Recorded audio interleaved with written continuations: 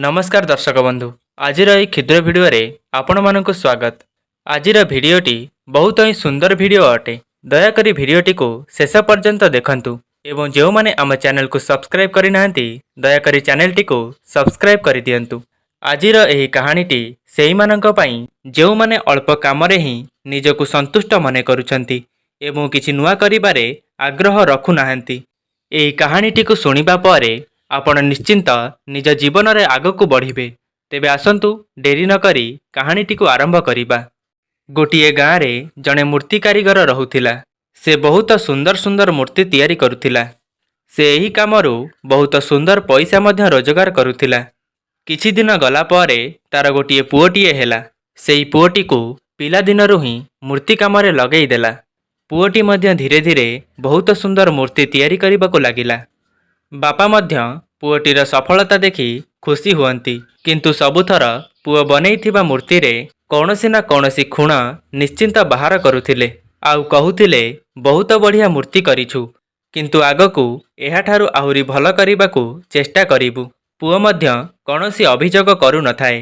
से बापांक उपदेश क्रमे आहुरी भलरु भल मूर्ति गढ़िबाकू लागिला। एमिति लगातार कामरे सुधार आसिबा फलरे पुअर मूर्ति बापांक मूर्ति ठारू भी आहुरी सुंदर हेबाकू लागिला।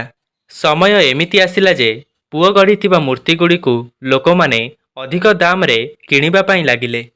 आउ बापांकर मूर्ति सेई पुरुणा दाम रे बिक्री हेउतिला।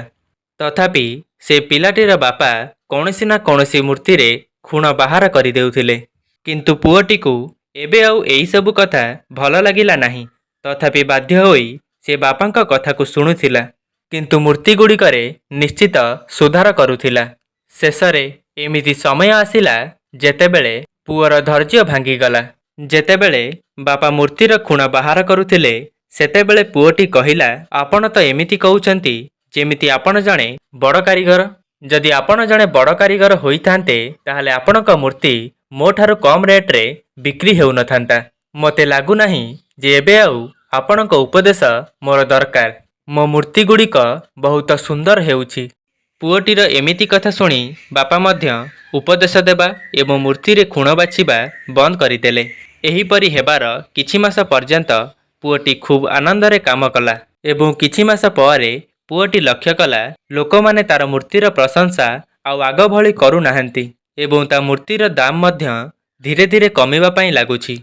प्रथमे तो पुओटी किछि बुझी परिला नाही, किंतु परे से ता बापांक पाखकू गला एवं एही सब समस्या विषय रे तांकू कहिबा पई लागिला।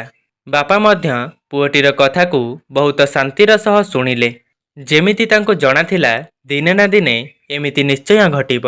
पुओटी मध्य एही सब कथा लक्ष्य कला एवं कहिला, आपण कौन ए सब आगरू जानिथिले किछि एमिति घटिब बोली? बापा कहिले, हाँ, आज को किछि वर्ष पूर्वे मु मध्य एही परिस्थिति रे पड़िथिली। पुओटी कहिला, ताहले आपण मते बुझेइलेनी काहींकी? तापरे बापा कहिले, काहींकी ना तू सेतेबेले बुझिबा अवस्था रे नथिलु। मु जानिछि तोर जेते सब मूर्ति मु करि नाही। एहा भी होई पारे कि मूर्ति विषय रे मोर उपदेश भूल होई पारे। आउ एहा मध्य नुहे जे मोर उपदेश जोगु तोर मूर्ति गुड़िक भल होईछि, किंतु जेतेबेले मु मूर्ति गुड़िकर खुण बाहर करुथिली सेतेबेले तू तैयारी करुथिबा मूर्ति गुड़िकरे संतुष्ट हेउ नथिलु। तू सेतेबेले आहुरी भल करिबाकू चेष्टा करुथिलु आउ सेई भलरु भल तैयारी करिबा तो सफलतार रास्ता होइतिला। तू जेउ दिन तो कामरे संतुष्ट होई गलु ना सेई दिनठू मानिगलु जे एहाठारु आउ भल मूर्ति गढ़ी हेब नाही। सेतेबेले तोर आगकू बढ़िबा बंद होईगला। लोक सबुबेले तुमठारु आहुरी भल मूर्ति पाइबाकू आशा करुथिले।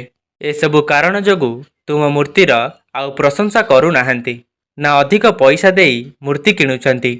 पुओटी किछि समय चुप रहिला एवं पचारिला, एबे मते कौन करिबा दरकार? बापा मध्य कोटिए धाड़ी रे उत्तर देले, असंतुष्ट हेबा सीख।